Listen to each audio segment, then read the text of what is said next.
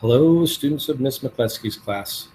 I want to do another topic for you today, and we want to talk about how much outliers affect your data. So particularly, I want to talk about these three statistics: the mean, the median, and the range, and how an outlier affects those. So here's what I've done. I've created two sample sets here. They've both got 5 numbers in them. And the first one is 5, 7, 9, 6, 8. So those numbers are all pretty close together, and there's really no big outliers there. But then the second set is 5, 7, 9, 6, and 1,008. So I want to talk about how this outlier, this one value of 1,008, so I changed this 8 to 1,008, how that affects the data set. So first, we're going to just look at the data set on the left. All right, 5, 7, 9, 6, and 8. If we wanted to calculate the mean there, we'd have to add those up.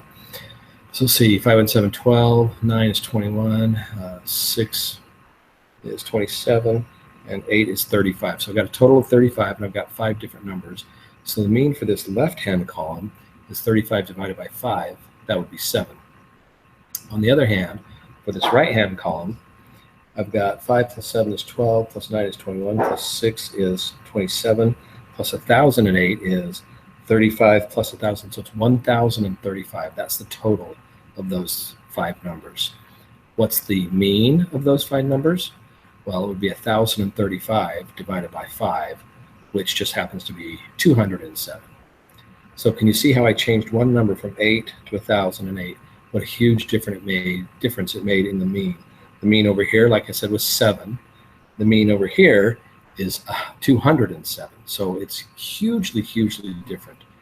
Oh, and by the way, did you notice if the mean here is 207, well, there's one value that's way higher than the mean, and there's 4 values that are quite a bit lower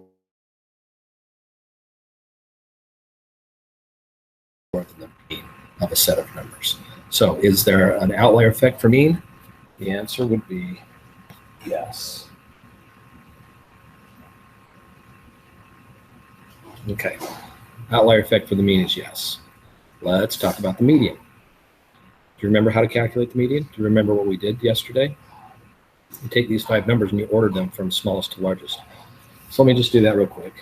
5, 7, 9, 6, and 8. It looks like it's just going to be 5, 6, 7, 8, and 9. Okay, that's my data set.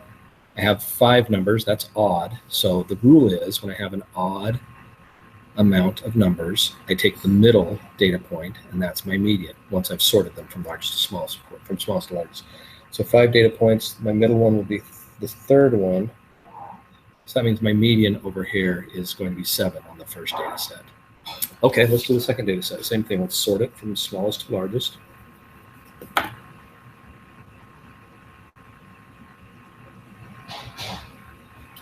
Okay, so this looks a little different than the other one. It's 5, 6, 7. There is no 8. There's a 9, and there's 1,008. So they're sorted from smallest to largest. Again, I have 5 data points. So if I want to find the median of those 5 data points, since 5 is odd, I want to take the middle value of those 5. And that would be this value right here. So it turns out that the median for this data set is 7, and the median for this data set is 7. It didn't change at all. I have this huge, huge, huge outlier, but it didn't change the median at all. That means the median is not affected severely by outliers. So I'm going to put over here that the median doesn't really get affected by huge outliers, by a single huge outlier. Okay, now for a final measurement. We didn't talk about this yesterday, but let me explain it to you. There's this thing called the range. And what you do is you take the largest number and you subtract the smallest number, and that gives you the range of the numbers. So on this left side, the range is from 5 to 9, or 9 minus 5. The range would be simply 4.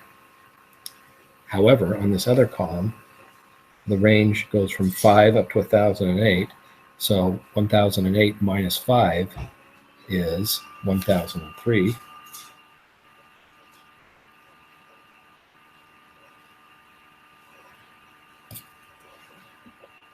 And you can see how that single outlier, again, has made a huge, huge, huge difference with what the range is. Just a single data point made a huge difference. So is the range affected by outliers? The answer is yes. In fact, if you think about it, that's what the range is. It's the outliers. It's give me your very smallest number and give me your very largest number and tell me how far apart they are.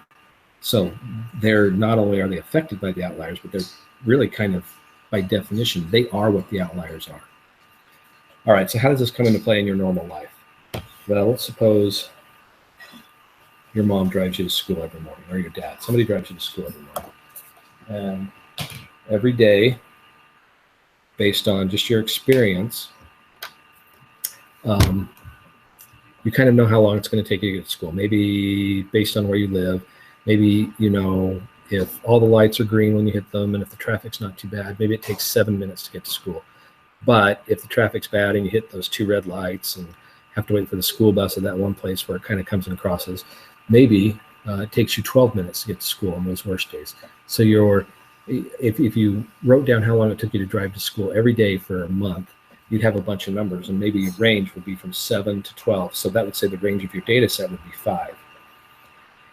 And then one day, when you're going to school, there's a traffic accident, and they've got the street blocked off, but you don't know it until you get there. And once you get there, there's this big pile of cars everybody's trying to turn around because the street's blocked off. They try and turn around and go away and head around the other direction to get to the school. So you get to the place where the accident is.